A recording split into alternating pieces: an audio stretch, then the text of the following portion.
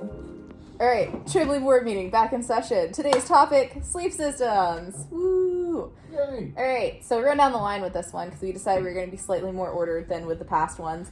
So I had a 1/8 inch Gossamer Gear foam pad that I used as both a way to keep my pad from sliding around and as extra insulation because I am chronically cold when I sleep. 10 out of 10 recommend it. It's probably the only Gossamer Gear item I can recommend to you guys. It worked out fantastic and dried out really easy, and then whenever my tent flooded, I could dry the water off of it pretty quick.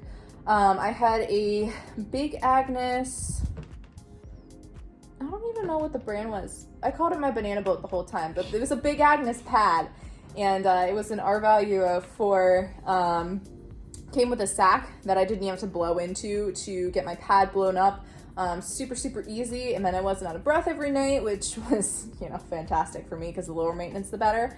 And I ended up with the short version. They make a short version of the pad, which was good because it shaved off some ounces for me, and I'm very short and I fit it perfectly. Definitely recommend that. It was a lot hardier than my first pad. I don't even remember. I think I had an REI pad, but it was like 5 years old when I started. Also had a Sea to Summit Cool Max sheet for my pad in the summertime, and that was incredible. It meant I wasn't sweating from laying directly on the plastic of the sleep pad, so 10 out of 10 recommend that for summer sleeping, especially if you use a quilt, which I use the REI Magma Trail quilt, 30 degree for the summertime. It was super lightweight, very comfortable, love that thing to death. I used a Mountain Hardwear Bishop Pass Zero, the women's version, for winter sleeping. It was a full mummy bag. I definitely loved it, but it was a lot heavier than my summer bag, and it was too long for me. I am a tiny human, and I wish they made short or petite versions of sleeping bags so that I don't have to worry about my toe box flailing all over the place when I'm rolling around at night, because I pretty much sleep like a rotisserie chicken. I used a Sea to Summit inflatable pillow. It worked out fantastic. It was pretty comfortable, and you can literally inflate it to be not as firm or very firm, depending on what your preference for sleeping is. That was everything I used in my sleep setup. I slept in down booties the entire time too. This probably should have gone in clothing, but they're Sundick down booties from Amazon, and I love them because they kept my feet extra warm all year, and that made me very happy considering how cold I sleep.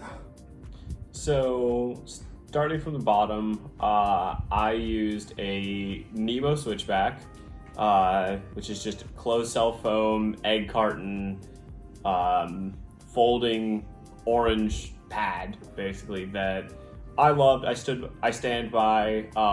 As the trail went on, I gathered a plethora of other orange pads. First, I think it was Hot Springs, I found a small folding cut-off piece of another switchback that I used as a sit pad and to slide under my hips when I slept. And then moving further north, I acquired from the woods an orange Gossamer Gear sit pad. And then at the Father Tom campsite, I acquired another Nemo switchback. So I had 4 orange pads. I double layered the Nemo switchback, slid the Gossamer pad under my hip, and slid the small cut-off piece of switchback under my shoulder. And I slept so comfortably.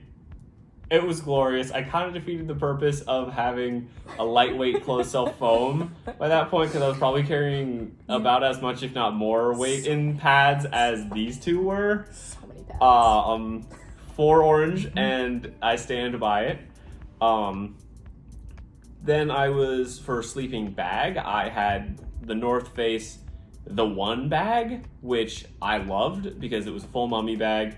It had multiple layers that you could zip in and out, and depending on which layers you had zipped in, it could either be a 5-degree bag, a 20-degree bag, or a 40-degree bag. And when they say that, some sleeping bags, when they say it is a 20-degree bag, they mean that as in it being pushed to its absolute limit of You survive. You will survive, and your hypothermia will not get worse at let's say they claim it to be a 20 degree. It's not going to help you that much at 20 degrees. It would probably be best at 30 to 35 degrees. When this bag says 20 degrees. It means I could easily sleep in 15 to 10 degree weather with this bag. I had I think it was a Thermarest sleeping bag liner. It was just a 5-degree liner. I carried that because the texture of that on my skin was much more pleasant than the sort of canvasy sleeping bag fabric texture. Plus, when it was very hot in the summer, I need something to be on top of me to sleep. So this was very nice because it was not very thermally insulating and it just helped me sleep. In terms of pillow, I had the Nemo Pillow King, which, being a side sleeper, that was very helpful because at full inflation it has about 6 inches of lift. I never inflated it that much because you feel like your head is on a balloon if you do. So I would usually inflate it to about 4 to 5 inches, and then just let it really crate on my head. It was very, very comfortable, easy to blow up, easy to roll up and store.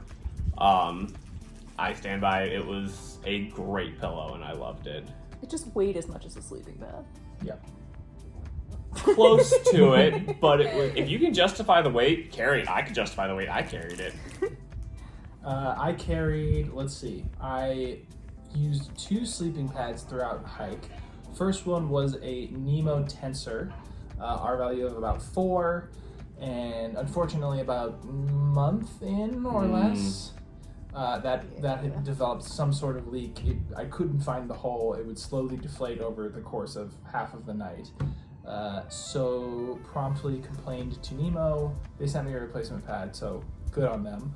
But at the time I could not wait for that. So I had to buy a new pad. So I got a Thermarest NeoAir X-Lite NXT, which is their new version of the NeoAir X-Lite. I like it because they used to have like a mummy shape of the pad. That's very annoying to me. I want a square when I sleep on things. So the new one has a square, and I got the wide, long version because I'm 6'4". Fantastic. Rocked that pad throughout the rest of the hike. Super comfortable. Nice and thick. Never felt any big roots or anything like that, and I definitely slept on some big roots. Famous full of them. Yes. Many of them.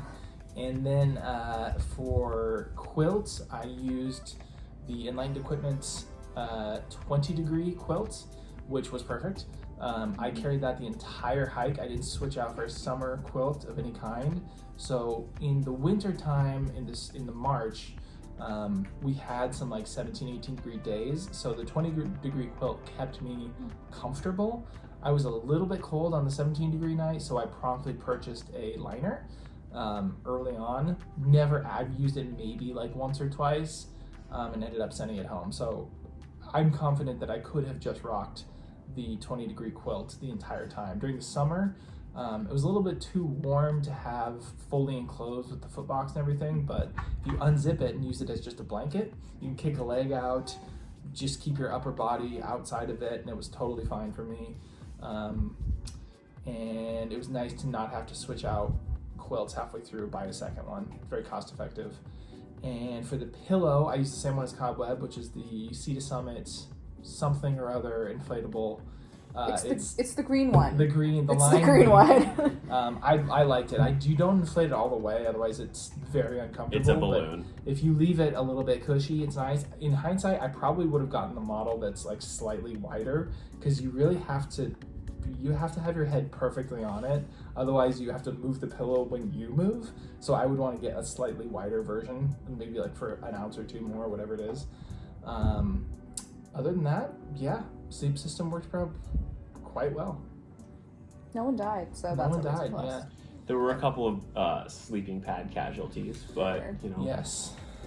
It's okay. That happens. We gave them a nice funeral. It'd be like that sometimes. Board meeting adjourned. Bye-bye.